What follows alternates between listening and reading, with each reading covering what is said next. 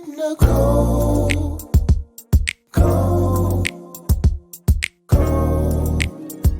Conversations with Nicole. Let's talk about it. Tell me all about it. I'm here. I wanna know what's on your mind. Ooh, the world needs to hear from you, and I'm so glad to have a conversation to reach the nation. And it's all about you. We'll help each other to discover innovative ways to positively change the world. Let's talk about. Let's talk about. Yeah. Let's talk about conversations with Nicole.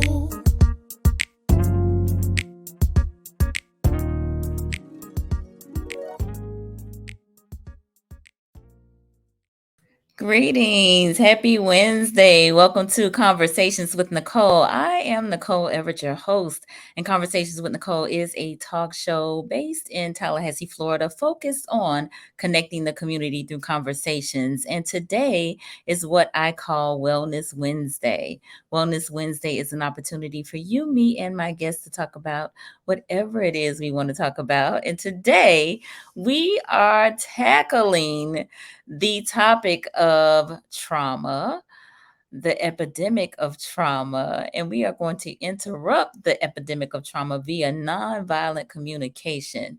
My very special guest is Dr. Cindy Bigbie, who we so lovingly call Dr. B. I am a fan of the Bigbie method of nonviolent communication, having been part of her cohort back in the fall of 2021. And so I am super excited and delighted to have her here with me tonight with all of you. So we want to hear from you. Before I bring her on, before I read her bio, we want to hear from you. Where are you tuning in from? We are live on Facebook, live on YouTube, and this is interactive. So we fully expect to hear from you. We want your comments. We want your questions in the comments. So feel free to engage with us tonight. So I see Miss Judy Light is on with us already. Happy that this conversation is being held. Yes, Judy, thank you for being here. Please tell folks to join us. Please like, please share, please invite folks to be part of this conversation. Says she is tuning in from a visit to Gainesville. Okay, wonderful. Well, we are glad to have you nonetheless. Thank you so much. I see you, Miss Jeanette, down in Miami Gardens, Florida. Mr. Jerry, DJ Groove, Tallahassee checking in. Thank you so much for being here. We appreciate it. Listen, you all want to be a part of this conversation because Dr. B is a NVC. That's our acronym for nonviolent communication. She is an NVC guru. And for those of you who may not be familiar with what NVC is, we're going to talk more about that, and I'm sure you will be just as intrigued as I was about it when I first heard about it. So while the rest of you are joining us, I'm going to go ahead and read Dr. B's bio. Dr. Cindy Bigbie, America's communication coach, is president of the Bigbie Method, an award-winning trainer, consultant, and speaker. She created the Bigbie Method to address America's trauma epidemic. Dr. Bigbie has dedicated her career to bringing restorative practices in nonviolent communication, (NVC), to all segments of society. In 2019, she won the Dennis Maloney Award for Youth-Based Community and Restorative Justice Programs from the National Association of Community and Restorative Justice. She holds a PhD in Instructional Systems Design from the Florida State University. Any Knowles in the house? Her newly published book, My Link to Mildred, Interrupting the Epidemic of Trauma via Nonviolent Communication, has been designated an Amazon bestseller. So we are on with a best-selling author here. So you all help me welcome Dr. Cindy Bigbie. Yay! Thank you, Nicole. You are welcome. Welcome, Dr. B. How you doing tonight? I'm doing pretty good. Pretty good. It's late for me, but I'm going to hang in with you. I'm going to Okay, hang in. well, I'm very, very happy to be here, and it's my favorite thing to talk about. indeed. Feeling blessed. Appreciate you so much for being here. So, for those who may not be familiar with you, I always ask my guests, who are you? Not what you do, but who are you? Hmm. Who am I? That's a Mm-hmm. really good question. Who am I? Um, I guess I'm a peacemaker, bottom line. I remember as a young child thinking, as weird as this may sound, I remember like as a kid thinking about like what war is and how weird it is on some level, Mm-hmm. because and then uh, going to places where you sing "Let there be peace on earth," and I remember thinking to myself, "And let it begin with me," right? And I remember thinking to myself, I don't even know how to do this for myself, so we're kind of screwed out there. Well, I want this so badly, and I still can't live in full integrity to having the peace that I want internally until I found NVC. Really, not that I'm always in you have a peaceful space, but I think NVC is my anchor. It's actually a tool to constantly bring myself back to that. So yeah, I think first and foremost, I'm a peacemaker. I'm a mother of two daughters who are grown now. Uh, Mm-hmm. I've been married for a long time, and I'm a Tallahassee lover. I live in Tallahassee, and I love my community. Indeed, indeed. I feel like I'm a peacemaker as well. So you're in good company tonight, Dr. B. I could see that. All right. Well, very good. Well, thanks for sharing that. We have Patty Razak Hani. Oh, I'm about to kill your name, Patty. I'm gonna just call you Patty R from Boynton Beach, Florida. Thank you for being here. We appreciate it. So, um, I guess, give a little bit of insight on MVC in terms of, just kind of briefly how you got introduced to it and what you do with it in terms of the Bigbie method.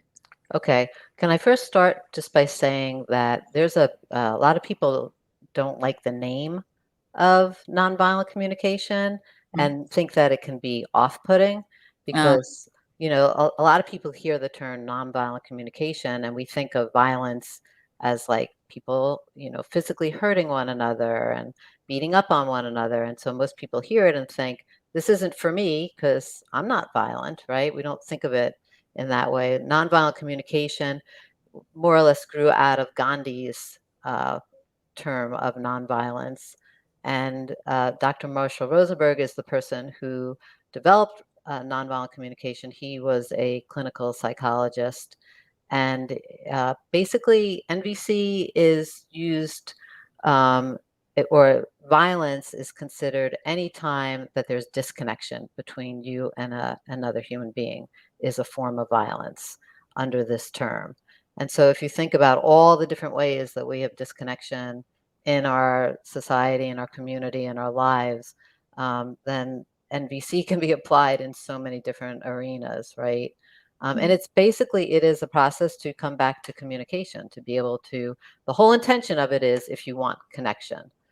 Um, so I just wanted to share that right off the bat because I think a lot of folks might think, well, yeah, NVC, not for me, right? I mm, actually find that it's for everybody because I don't know anybody in this world that doesn't experience disconnection at one point or another. Um, and your question, I guess, is how I got into it. Is mm, that the question? yes. Oh gosh, that's not an easy thing to answer. Um, uh, I got involved in a political movement many, many years back to have a United States Department of Peace. And at the time, the folks that were running the whole campaign up in Washington, D.C., they wanted those people on the ground. I was the district representative for that here in Tallahassee. And they wanted people on the ground to kind of go about doing peace differently than maybe what was done in the 60s, because people that were advocating for peace, sometimes it got violent, right? So they Mhm. wanted us to actually be the bill, like walk the walk, talk the talk. And so they partnered with the Center for Nonviolent Communication to help school those of us on the ground how to show up, especially if people are not saying things that we enjoy, or not in agreement with us.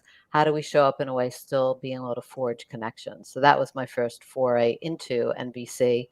And long story short, I loved it so much after having many different experiences with it.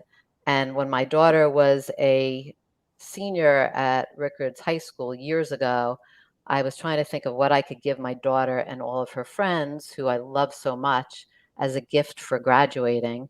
And I thought the thing I could give them would be NVC. Like, if I could teach these kids this process before they go out into the world, then I'm really giving them a gift. So I approached the principal at the time of Rickards High School and said, "Hey, I'm really would love to teach a 4-credit class here.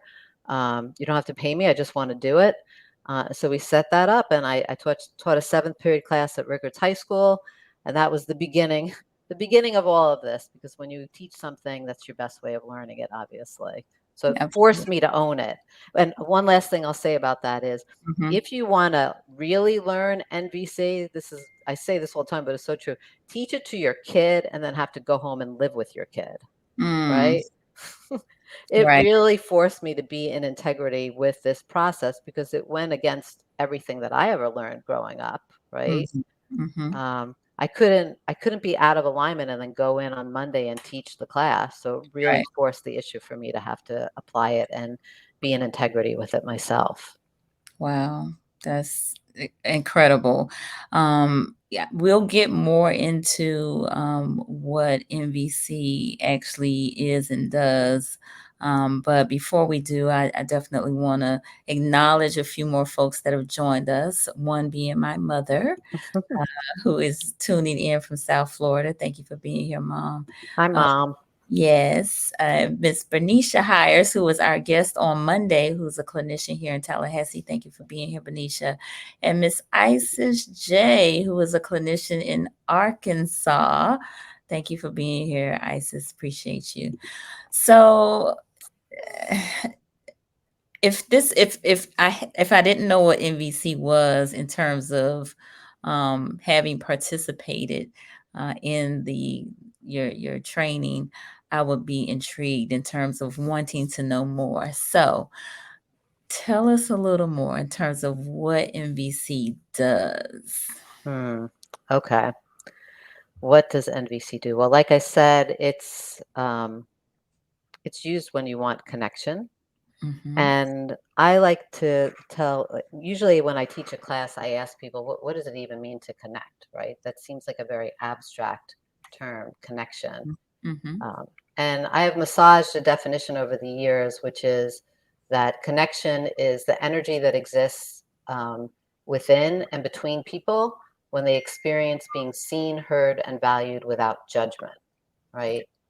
And that first part of the definition is kind of abstract, but the second part, being able to be seen, heard, and valued without judgment, that's the concrete, replicable part of this process. NVC allows us to really make that come alive. So putting in processes where people truly experience, like a lot of times when we're in company with folks, we say we want to be heard, or we're setting up, situations to be heard. NVC really does put in processes where people experience being heard and without judgment. And it really does, there's a lot to it around breaking down what is judgment. Because most people, we don't want to be judgmental in our communications. We really attempt, when we're having communications, to leave that out of it. And in NVC, you get real clear on, there's a whole bunch of judgment when we speak. Even what I just said actually was a judgment, right? It's almost near impossible to keep it from the conversation. And it's really important when it comes to the trauma thing, by the way, right? Because people that have had trauma, which by the way is at least 2/3 of us from what the data show, is that, people need safety. And in order to have safety, emotional safety, they need to experience that they're okay. And in order to do that, you got to take judgment out of the interactions. Like, that's the key right there. being Mm-hmm. able to keep it real emotionally safe for people, and not in a kind of touchy-feely way, in a very like, concrete, this is what I'm going to teach you. I'm going to teach you how to do this so that you can replicate this everywhere, and so that we can for sure have safety everywhere. Yeah.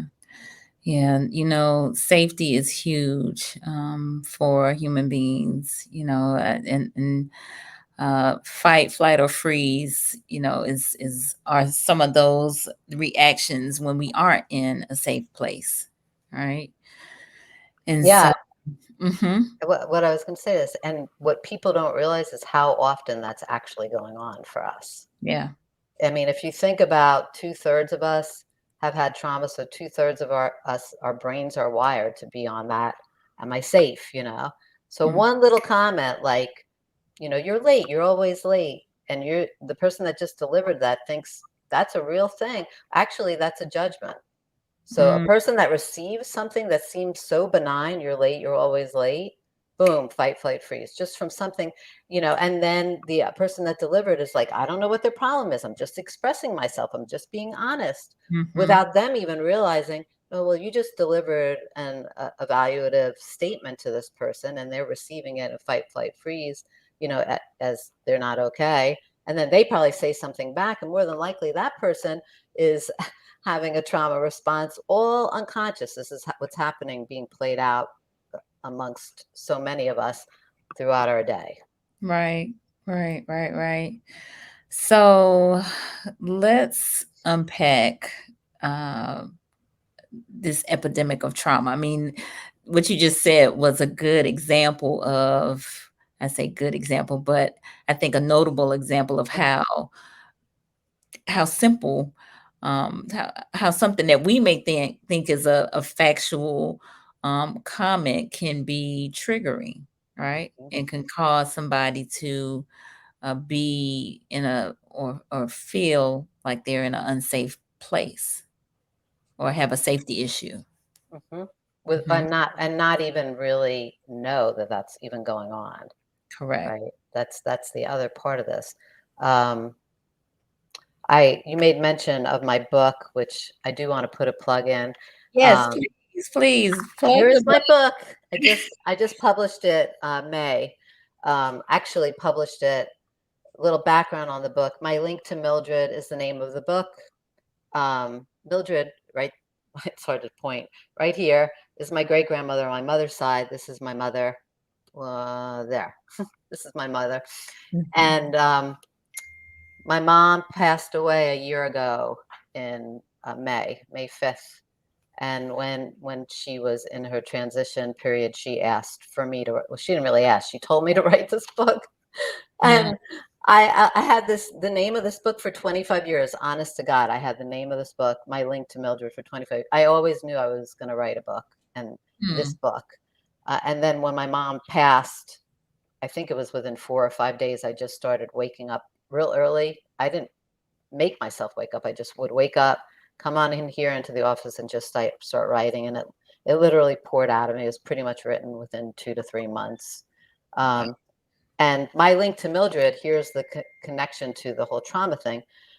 I came up with this title, like I said, 25 years ago, when it dawned on me, oh, I can trace my trauma. Like I know, how Mildred was more or less kicked out of her country, came over to the United States when she was 11 by herself, not knowing any English, and how her life turned out. And then her son, who's my grandfather, how he ended up as a result of how she came over here, and all the trauma that he experienced, being brought up in orphanages, turn of the century, and then the way he imparted that trauma to my mother, in what I would call an abusive household.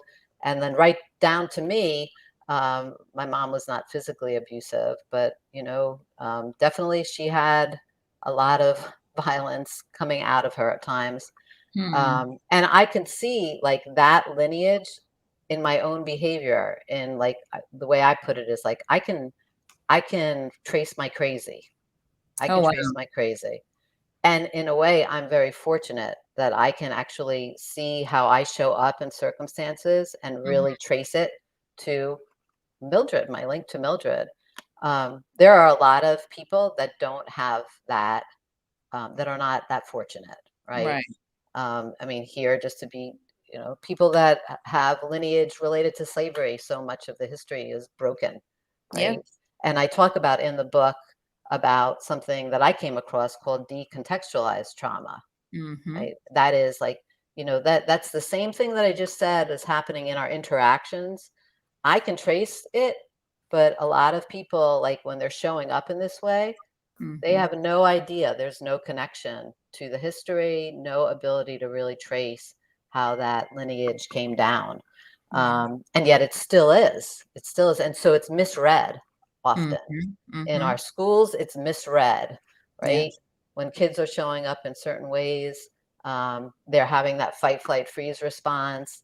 And Mm-hmm. then usually the adult in the room also is having a fight, flight, freeze response, and they don't know it. Neither of them know it. They just think this is a bad kid, it's a crazy kid. They're acting a certain way without putting it in it's decontextualized trauma is what it actually Mm-hmm. is. Whew. Wow. That's heavy. Just the thought of that. I don't, and so I want to hear from the viewers, just to pause and see if anyone is familiar with what Dr. B has just mentioned, or has had an experience like what she has described. I see Beverly Toombs is joining us. Thank you for being here. Beverly is an occupational therapist here in Tallahassee and has also been a guest on the show.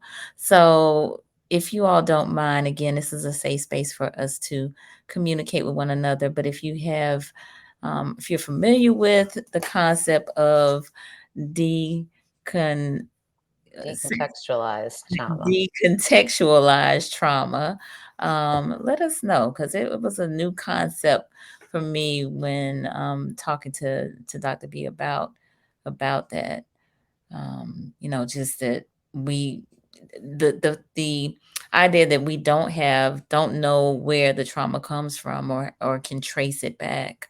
Mhm, um and so we just kind of don't have a clue in terms of why we are behaving the way we are. mhm. Hmm. And while we're waiting to see if anybody has a question or a comment about that, um, you know, I've been on a kind of a mission in the last several years because I want to get this work of nonviolent communication to as many people as possible, but I really, really want to have it in our schools, Hmm. because, when we talk about like the school to prison pipeline issue, right? Hmm. Kids that are getting in trouble in school are the ones that end up in our juvenile justice system, right? Unfortunately. And Hmm. it could literally start with one interaction. Like that's, I see it all the time where an adult, a kid is having a moment, and an adult is responding without NVC. Hmm. Would respond in the way that I would have responded to my kid way back in the day, right? Because I just didn't know differently. Whereas if you are given these tools, you have a whole different way of, number one, recognizing what's going on and then responding to what's going on. In that connection is built, right? And once you have connection with a kid, they're like putty, you Hmm. pretty much, they're willing to do anything when there's actual, real, honest connection. So Right. I am fortunate because here in Tallahassee, we have started doing a lot of training in schools. We are, like, I think starting in year 3 or 4 at Success Academy. The relatively new principal there is making NVC, like, excuse me, Success Academy Second Chance, an NVC based school. And Mm. some of the preliminary data that we have for teachers that have been trained versus ones not is already like crazy when you look at like numbers of referrals being given or Mhm. not, right? Right. So, Beverly had a question. She wanted to know, is nonviolent communication more prevalent in families where verbal communication is difficult?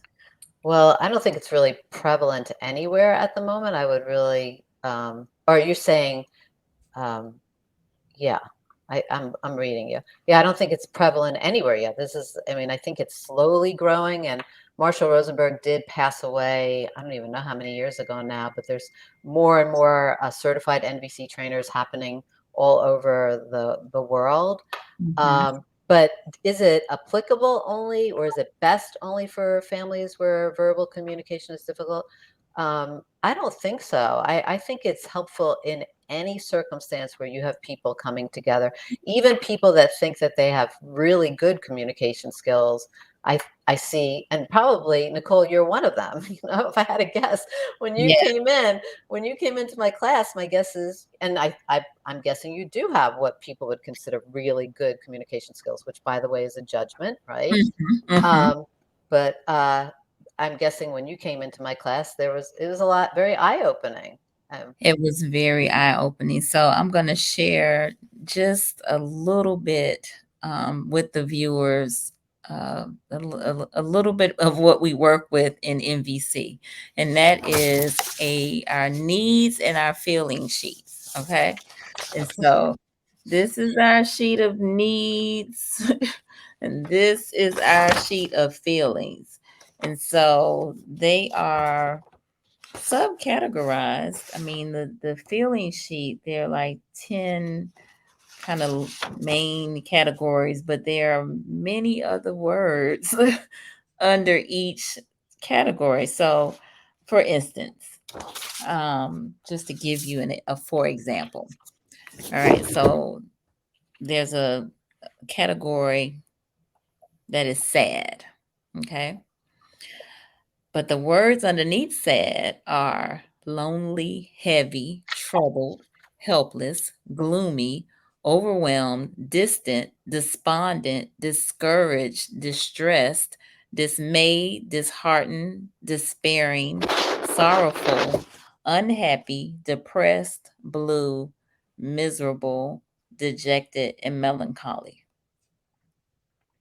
yeah, can I say a little something about that? Sure. Two things. It's probably a little more than a little something. Two things about that. One is um, there is some research. I think the word given to it is granularity.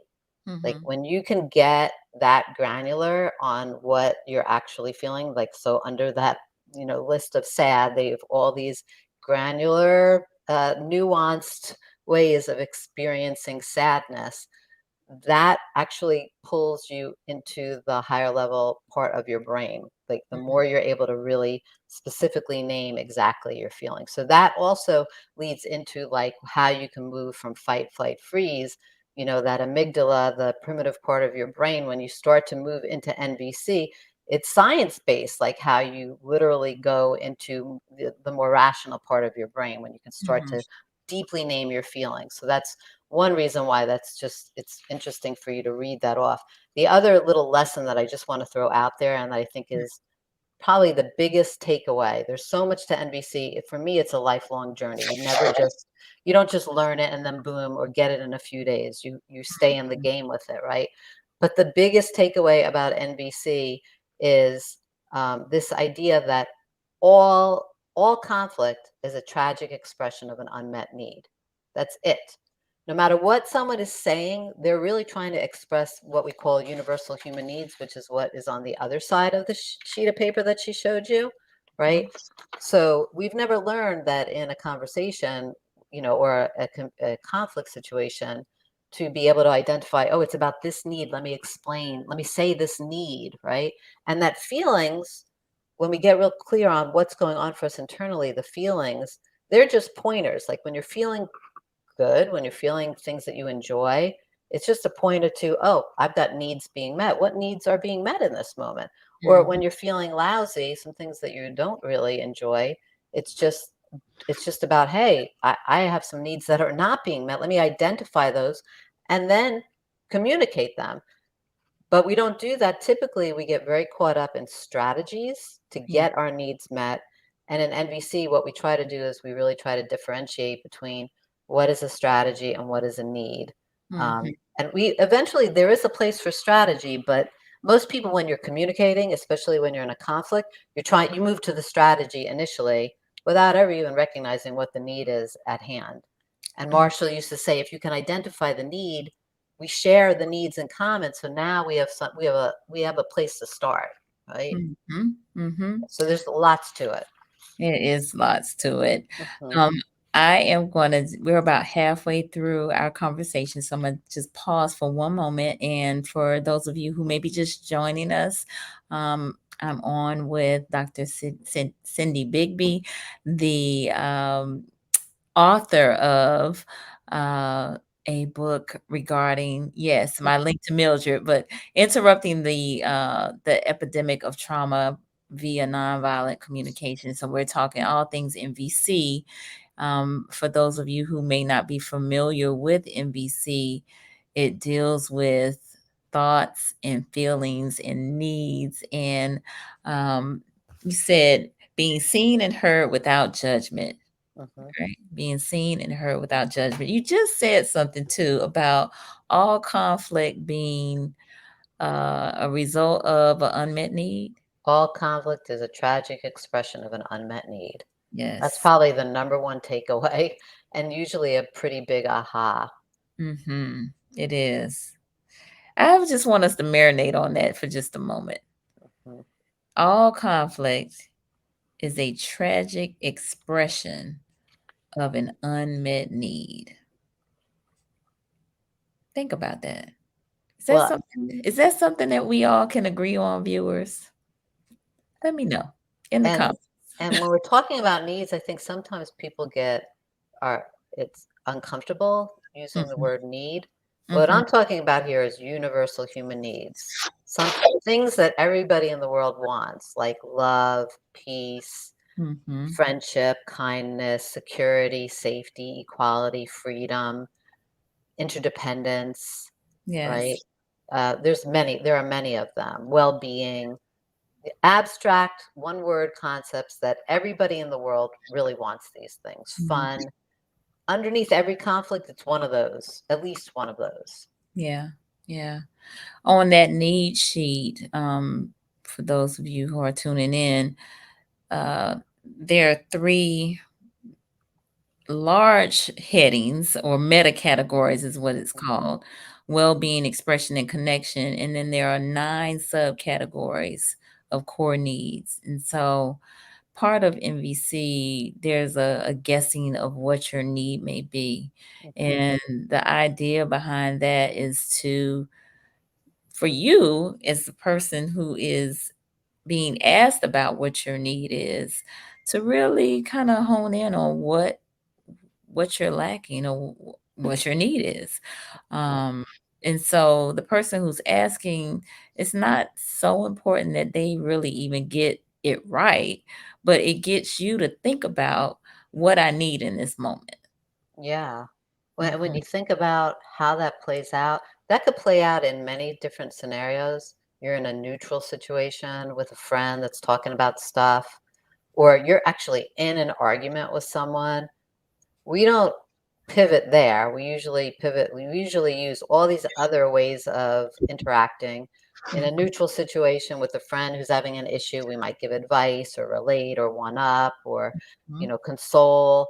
Or if you're in an argument with someone, some of the other conversations we might do is explaining or correcting or blaming, right? But it's mhm. very rare that we just start with, hey, is this something about you wanting some peace in the circumstance? We very rarely just pivot.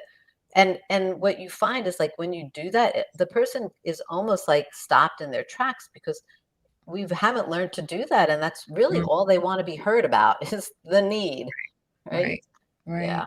For sure, for sure. All right, I see a couple of others who have joined us. My girlfriend Susan, who's in Virginia, thank you for being here, and Miss Doris Hi, Doris. Strong, who is here in Tallahassee, thank you for being here. So, ooh, I get so just caught up in MVC because, it, like you said, we think that we are quote unquote good communicators, but MVC definitely causes you to slow your conversation down, to really take stock of observing and identifying feelings and needs. And so it's it's intense, but it's challenging for me, but I enjoy the challenge. I really do. I really do. I'm curious. I'm curious if I can ask you a question. Sure. I'm curious, like what was one of the big things that was aha for you when you were taking the class? Oh my goodness. Um, I don't know if I have my book. I'm looking to see. Oh, I think I do right here. It was the conversation around thoughts and feelings Mm, mm, and mm, how we tend to merge them. mhm. I'm a because after this particular session, I was like preaching this to everywhere I went. I was talking about these thoughts and these feelings. Mhm. Like that was the biggest thing for me. That's a huge aha for many people too. So Mm-hmm. yeah, because because because you're very into mental health, right? Like that's your thing. Mm-hmm. I and most people do get our thoughts and our feelings confused. Yes. They're two internal responses and we confuse them. When you say, I feel like you're not listening to me. Mm-hmm. That's not a feeling. That is a thought. I am That's thinking that you're not listening to me, right? We've couched it now in a feeling, but it's not a feeling, right? And oh, by the way, that's a judgment too, right? mm-hmm. It's a judgment. So then you say that to someone, and then the person that gets it, they receive it, they get upset, and then you're like, I don't know what the problem is. I'm just expressing my feelings. Well, Mm-hmm. you're not expressing your feelings. You just laid a judgment. You don't even realize it, and now you don't know why you're even into a deeper conflict right now, right? So just that's an issue with it. Yeah, The other thing that was probably, I'm guessing, a big aha for you is forget about having the conversation with the outside person. Not having clarity on feelings and thoughts messes us up inside. It messes our own minds up. absolutely. And I think I've seen many people that suffer from depression or anxiety when they get this, like, Mm-hmm. oh, this difference between a thought and a feeling, Mm-hmm. it's a game-changing experience to have that kind of awareness. Yes. I see there's a question. One last thing I'll say on this. We also have a ton of words that we use that Mm-hmm. are not really, they're not actually feelings. They're really thoughts. Like, I feel manipulated. That Mm-hmm. is not a feeling. That is a thought. You think someone's manipulating you. You might feel upset. You might feel sad. You might feel scared. Those are the internal feelings. And Right. again, one is a blame, evaluative thing. When you say it, it's going to be a trigger, especially to someone that's had trauma, fight, flight, freeze. This is Mm. what's happening over and over. It's no wonder we have an epidemic of trauma. We keep doing the same thing over and over without Mm. stopping these patterns. Indeed, indeed. All right. So I definitely want to acknowledge Dr. Rhonda Blackwell Flanagan, the principal over at Hartsville. Thank you for being here. Beverly said, very true. How willing would the other party be to admit the need or feeling? I can imagine it would make the other person feel vulnerable and maybe uncomfortable. That's a really good question. Mm-hmm. I've been doing this a long time. It's very rare, but I think it has all to do with how you state it, right? Mm-hmm. You're not making an emphatic statement that the person is that. It's not a declarative, it's a question. You're leaning in.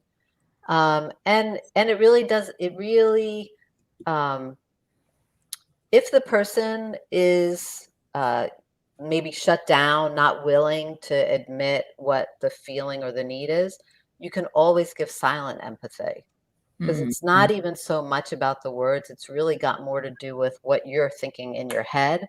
Because I truly believe that the energy of that really does transfer over to the other person, Mm-hmm. right? So if a person is like, not willing to admit what's going on, and you can stay present to just thinking about needs instead of moving into your own fight, flight, freeze and getting judgmental. They don't even want to admit it. They're not even willing because that would be judgmental versus, wow, inside, this is what you're thinking.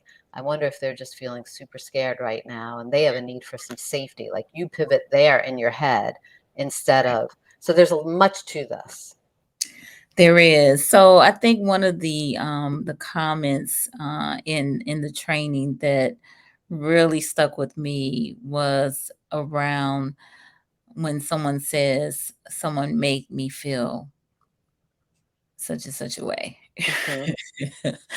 And so I have really checked that within myself often from that time to this. Meaning like that nobody can really make anyone feel. Mhm. That's all we gotta own that ourselves, Mhm. unfortunately, right? So the way that you know that is like the same thing can happen to 2 people and they're gonna experience it differently. They're gonna have different feelings more than likely. So Yep. no one can make you feel it's like I know and oh, by the way, there's another little wording thing when I teach people. I try, I don't always, but rather than I feel, you know, um, there's something in me that feels. Because when you say Mhm. I feel, it's almost like that's who you are in totality. That's Mhm. not what's really going on. What's really going on is there is something inside of me that's feeling this thing, right? So Mhm. it again helps you to separate out. We take feelings so seriously. We do. The thing about feelings is they change like moment to moment to moment. And again, just reminding people they're just an indicator of a need being met or a need not being met. Mhm. That's the real thing you want to be focusing on in the NVC. Um, when you take my class, I usually have people run these sheets off, put them everywhere in your life. And when you notice that you're triggered or upset, grab this sheet. Okay, it's about a need. Can I figure out the need? That's the first thing you want to Yeah, start doing. It's about a need. indeed. I like that. There's something in me that feels Yeah, this. there's something in me that feels that gives Mhm. you some separation from your feeling, which is there you are in some way separated from your feeling. Mhm. Mhm. Mm, Yeah, in mental health, there's this cognitive triangle that starts with a thought, and then a feeling or emotion, and then a behavior or action. mm, And if you want to change the action, you got to change the thought. mm. All right. And you have to even recognize that it's a thought. Exactly. I think that's probably why that understanding of what's a feeling versus what's a thought was big for you. Mm-hmm. Even start Mm-hmm. to recognize, oh, it's a thought. That's all that's Mm-hmm. going on here. Yes. And you can change the thought.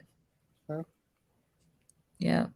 So, which will more likely, more than likely change the feelings if you change your thought about it. yes, they're definitely connected.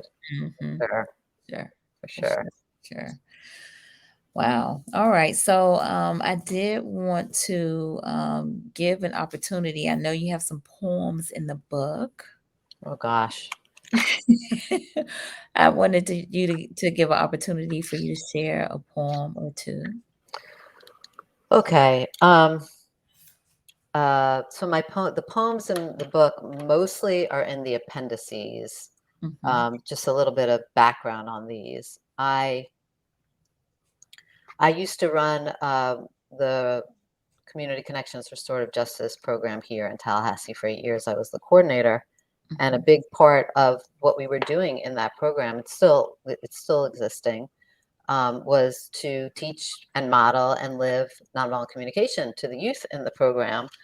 And I think it's a really strong program that is a judgment, but I think the backing it up is observationally, most of the kids that we have been serving are kids ages 13 to 17, most of whom have been referred through the juvenile justice system, right?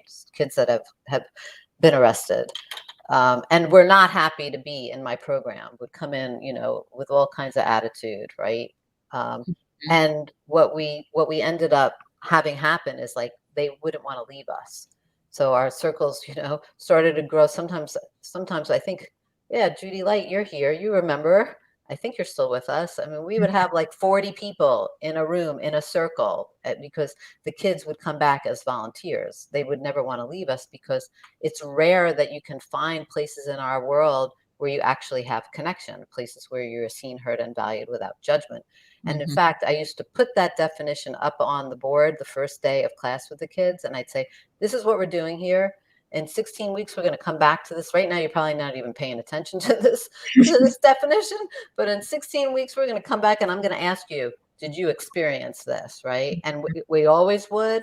And oftentimes the kids would be like, Miss Cindy, can I get a copy of that definition? I'm like, yes, because you could see that everything we did was intentional right here. And it wasn't just us doing it. I've taught it to you. Now you can go create that as well, right? So that's just a little background on my time with NBC and the kids. So what we would do is teach empathy. A lot of people think they know what empathy is. And empathy and NBC, we used to joke like, we should call it something else. We should call it empathy, because people think they know what empathy is. And in fact, it's actually a process that requires presence and reflection and taking needs guesses, right? If all conflict is about a need, you want to take needs guesses. And when we would meet with the kids outside of class, that's what we would do. We would give empathy to whatever was alive for them in that moment. Or maybe a kid didn't have anything that they wanted empathy for, and then they would give us empathy. So we were totally like leveling the playing field for youth, right? There's nobody better, nobody more. Even when it comes to age years, we're at a level, same level. I might have some more experience that I can impart on you, right? But anyways, all to say that having that level of connection with kids was the greatest gift and the greatest curse all at the same time, because I got to know them so deeply. And all of the kids, and that is an observation, suffered what I would call tremendous trauma. Tremendous. Hundreds of kids over the years, not one. These are not isolated experiences. This is an epidemic of trauma. And I used to think to myself, man, I wish that I could get everybody in the community to sit in circle with these kids the way I'm sitting in circle with them, because I really believe in the goodness of human beings. And I really believe that if people had the proximity and they lived it, they were with it, that there would just be an outpouring of what can we do. So I never wrote these poems for an audience. They were never intended for an audience. These were my own way of processing when I would wake up in the morning, thinking, having these kids heavy on my heart. And I see Judy Light has a comment if you want to bring it up. Yeah, she said, I do remember going to a graduation and hearing the teens talk about how they transform in timeline of the class inspired me to volunteer. And then to be part of the 16-week course, I got to experience the teens gradually transform. I was blessed to be part of that experience. Wow. Thank you for sharing, Judy. Yeah, thanks, Judy. And the beautiful thing about that is we really created connection every which way amongst people, all different kinds. And the kids weren't just learning the process. The people in the community got to learn the process as well. So it was, we got double the reward for it. Anyways, these are just things that I wrote to process my own secondary trauma of getting to know the kids so closely. This one is called Shaniqua. And I changed names here for the kids. Shaniqua and Mo and Trey, a family torn apart, had a home passed down from granddad, Shaniqua's daddy. He died, tragedy number 1, but who's counting? Hurricane Hermine blew the roof off, no insurance to rescue. Mold rendered it uninhabitable. Family of 7 homeless, tragedy number 2, but who's counting? New home, Joe Louis Projects, North Side for a South Side family, a toxic concoction, noted by the middle of the night knocks by neighbors, bringing guns, not cake, to welcome them. And Shaniqua's daughter stood her ground. Her trauma response, fight, then arrested. The boys arrested too. They stood guard as friends broke into local school. And Shaniqua, all what was left, sat in her broken home, surrounded by filth her depression couldn't clean. As she pieced together a plan to keep her project home, the eviction notice came due to the arrest, the fight. No place for South Side on North Side. No ear to hear the reasons. Is this tragedy number 4 or 5? Losing count. The boys, Mo, quiet with a grudge towards mom. Trey, superstar smile, roll with the punches. Bedroom was a living room couch. They loved their mama's mac and cheese, loved their mama's cooking. They shared that with me after she was found dead, out of nowhere, wondering if it was natural or done to her. Tragedy 6? Moved in with grandma, couldn't keep track of the number in that house. Grandma seemed to care, or was it the monthly check that came along with the crew helping to feed her addiction? We dropped off food, got the boys summer jobs, all we could think of to do. Within a year, grandma dead too. Mo became a daddy, fought with his love, now doing time. I see Trey at school, still smiling. No one knows tragedies he's been through. We lost count long ago. Shrugged our shoulders out of sorrow and despair, not lack of care. Much easier to turn away than to stare at it all up close and wonder where to start the repair. Ashamed to say, I'm out of here, running back to my safe white world with my first world problems. And Mm, Shaniqua rolls over in her grave for the family she couldn't save. wow. Heavy, heavy, heavy. Yeah, they're all pretty heavy in the back of the book. Mm, But it's my way of allowing people to sit in circle with those kids. Like, that's why I put them there. I was like, this is my way of letting people have a window. It's not just a few, it's an epidemic. mhm. Yeah. Yeah. And the youth that I was working with, they they had the extreme, adverse child experience 10s, that's the highest, like most of those kids. And these are the kids that are in our schools, and most of the adults don't even know the stuff's going down for them. And then you wonder why they can't show up and, read and write and do all, like, study, like do the Right. things, like, if you don't have your emotional safety in place, like, Mhm. no sense doing anything else. Yeah. um yeah. Heavy, heavy, heavy. So I see we have Pastor Wanda Jordan on with us. Thank you for being here. And her response is wow. So for those of you who are also viewing, if you feel comfortable enough to share your thoughts about what you just heard, please do so in the comments. We would like to hear from you. Um, uh, Pastor Wanda said, "We have so few spaces and people who can hold their stuff." It's true. It's Hmm. true. And even people that have really good intentions don't have the skill, Mm, because I think a lot of times, especially with kids, we pivot to those other conversational responses. We mm, pivot to giving advice. We pivot to relating about how it was for us. We pivot to all those things. And what in nonviolent communication, you learn to make sure that that kid is seen, heard, and valued without judgment. So you hold on all those other conversational responses. You might give advice eventually, but first making sure that kid is fully heard and able to process and connect to the needs that are alive for them. This is what's missing, even for people that have all the best intentions of working with youth.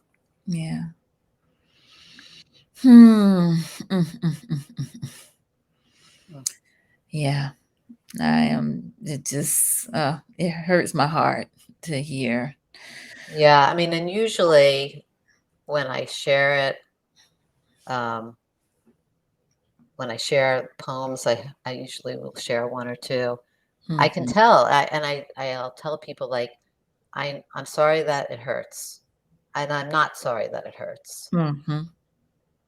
I'm sorry that it hurts, and I'm not sorry that it hurts, because I want everyone to have an awareness Yeah. and then do whatever is your part. We all have different gifts. Whatever's your part, like, how, like, to get up close to it in some way. To my part at this point is to try to have as many people know about nonviolent communication and learn it and apply it and commit to it, because I really do believe that it is the way to interrupt the trauma, that is epidemic. Indeed. Indeed. Indeed. So again, I'm going to attempt to get the viewers involved. Um, you know, we really only have kind of scratched the surface tonight in terms of what nonviolent communication is and does. It really is all about connection and empathy and being seen, valued, and heard without judgment. And I hope that is really kind of, you're getting just a sense of that through our conversation tonight. But I'm kind of curious if you all are intrigued by this and if you want to know more, if you're interested in learning more, wanting more, if you would just let us know in the comments by giving us a thumbs up or a yes, or let us know, because I'm just really curious. We've talked about needs and feelings and thoughts and fight, flight, or freeze, and just the trauma that is associated with these daily lives. So my mom just asked, where is this taught? I'm so glad you asked that because we never even said that. Mhm. I need to get a little better about marketing this, for real. So I have a company now called the Bigbie Method. I am attempting to scale it up. It is online. You can look up, I think you're going to put it on the screen here, www.thebigbie method. We have an intro class that is open enrollment for people that want to come in. It's 8 weeks, and in the 8 weeks, it's an hour of self-paced content. So basically an hour of videos with me explaining content that you consume on your own time during the week. And then we have a 75-minute session that you come into and you're practicing the processes, because it's not an intellectual, like I can share with you the concepts, but it's a process. So you have to be in it to have it come alive for you. So Mm. that 75 minutes is very key. And even with that, this is where I might scare people away, but I'm just going to be honest. Like when you come into the class, I usually say you start out and you are unconsciously unskilled. And Mm. that goes for even people that think they have really good communication skills, have a lot of degrees behind their names. I think most of the time people come in and they're like, wow, like I didn't even know there was this thing that I could really learn that can actually help you replicate connection no matter what situation. Like Right. right, there's a template here. Um, and then after 8 weeks, you're almost in a worse place because now you're at what I would call consciously unskilled. Now you know that there's this thing, you're wowed by it, but you're still having a hard time applying it. But so we have set up what's called the empathy gym, the Bigbie Method empathy gym, which you get to go through while you're in the 8 weeks. You're actually in the empathy gym. That's the practice part of it. But then when you're done, you can continue on. So you can continue to practice because it's similar to a spiritual practice or going to work out at the gym, right? Like the results come when you're staying in the game. It's the same exact thing here. You cannot expect to have a different response to override that fight, flight, freeze response until you've put down new, neural networks, connections in your brain. That takes time to do that. So you can check us out at the Bigbie Method. Thanks, Nicole's got it up there.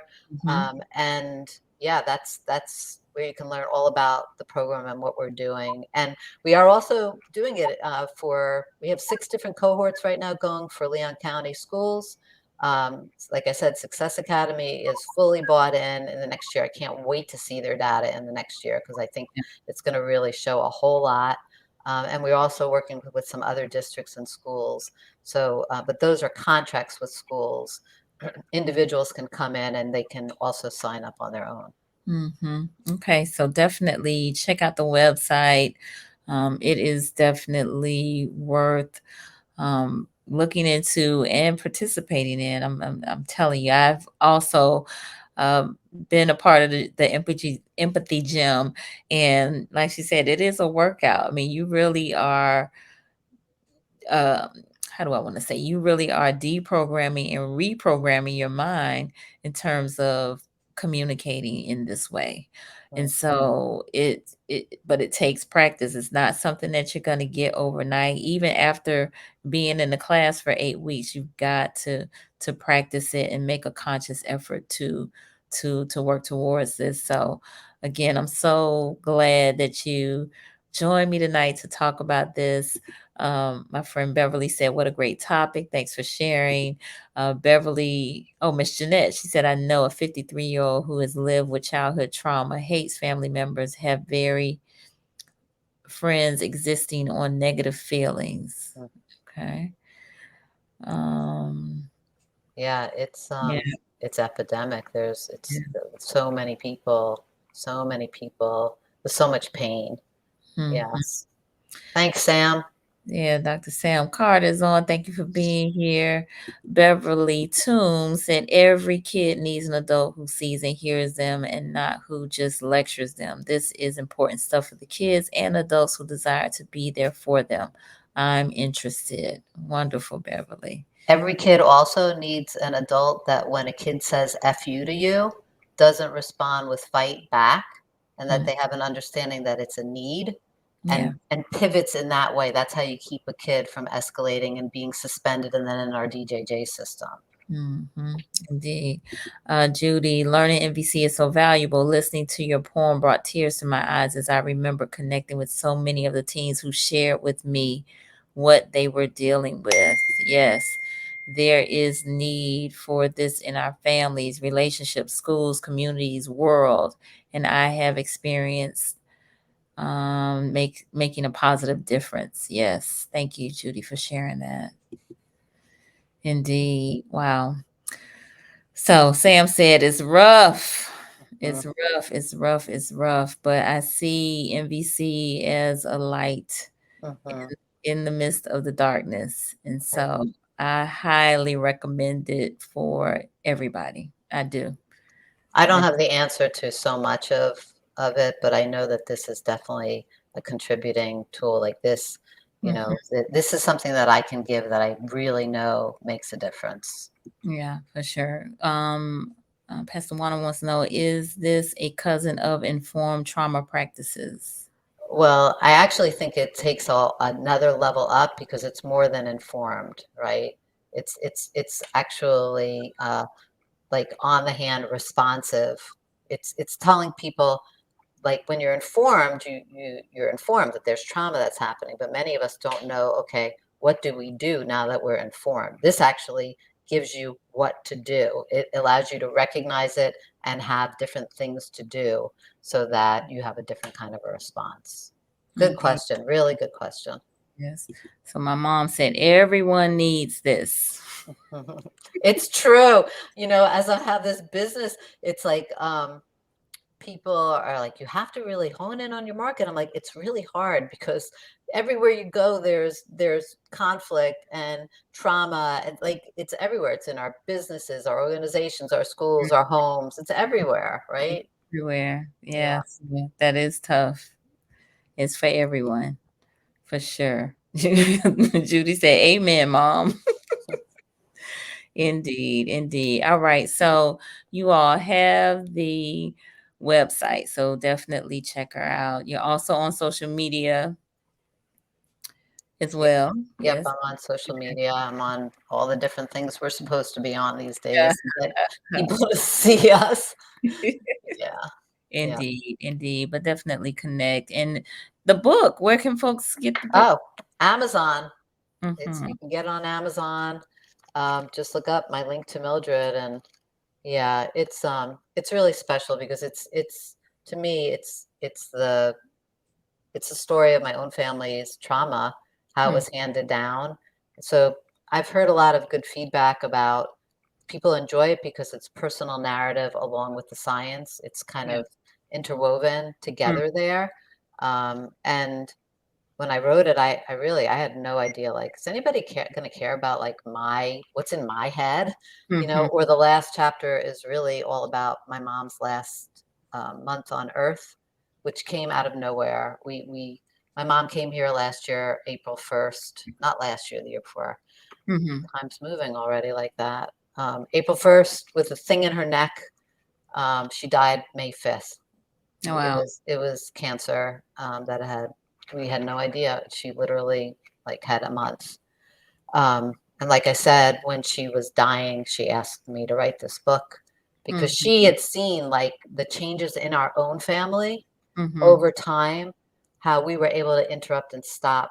the same patterns that had been handed down, generation to generation Yeah. because of my work with NVC. And my mom and I were able to have so many real healing conversations where people were seen, heard, and valued without judgment. And that I have had so much peace in my mom's passing. It's bizarre. And I really think it's because we had closure thanks to Yeah. NVC. Yeah. Nice. So Amazon, read the book. The last chapter it's it's hard. Yeah. Well, I have the book on Kindle, so I am making my way through it. But thank you for this work. Judy says, thank you, Cindy. Thank you, Nicole. Thank you to all who showed up here. Let's keep spreading the word and the teachings. Absolutely, Judy. Thanks, Absolutely. Judy. So, yes. Okay, Miss Jeanette said, title of book, please. All right, I need to type it in the comments. So, My it link to is Mildred, my link to Mildred. and that it's interrupting the epidemic of trauma via nonviolent communication. If you want to put all that on it. If you just put in my link to Mildred, I think you'll find it. I don't think there's any other link to Mildred out there that I know of. Right. All right, I'm gonna put that in the comments so folks can have it, but you can find it on Amazon. All right, Miss Jeanette, and we'll get you squared away in just a minute. There you go. All right, cool. All right, but you can also go to the website. Is the link to the book in the website on the website? The website, the book has its own website, which is my link to Oh, Mildred. okay, Yeah, gotcha. Okay. yeah, All right. Okay. So Susan says she just found it on Amazon. yeah. Very good. I Very also have a podcast if people are interested in just listening and learning a little bit more. It's called, you could put this in there too. It's called NVC with Dr. B. okay. It's all about connection, NVC with Dr. B. And they're short, they're like 10, 15 minutes at the most, but they give a lot of good information and it's fun, I think. We have I think there's like 140 episodes or something like that by now. Wow. But I would recommend start at the beginning because I give a lot of the foundations of NVC in the podcast. Okay. So another opportunity to get a deeper understanding about NVC and maybe put some of it into practice. I Yeah. know my mom, she started listening to my podcast and I started seeing all kinds of changes in the way she was responding. It was helpful. So I Okay. do think you can learn from it. Good. Good deal. Good deal. Well, again, I gotta thank you for your time, for your work, for just doing gifting us with this. I'll put it like that, gifting us with this because this is truly a gift. It really is.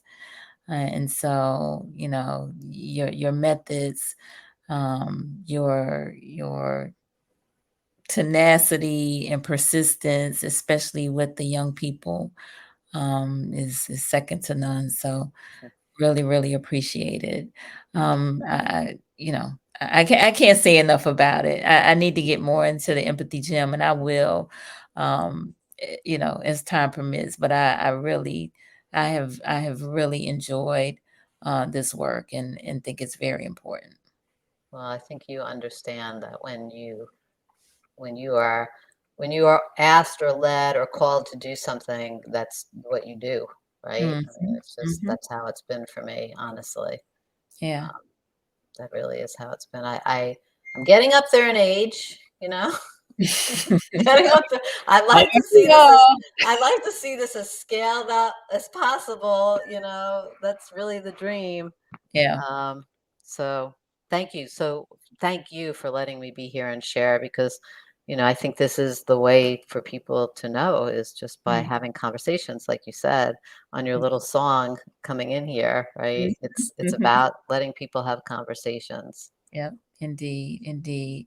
Well, thank you, viewers, for joining us. Again, check out uh, the bigbiemethod.com for more information about what Dr. B has going on.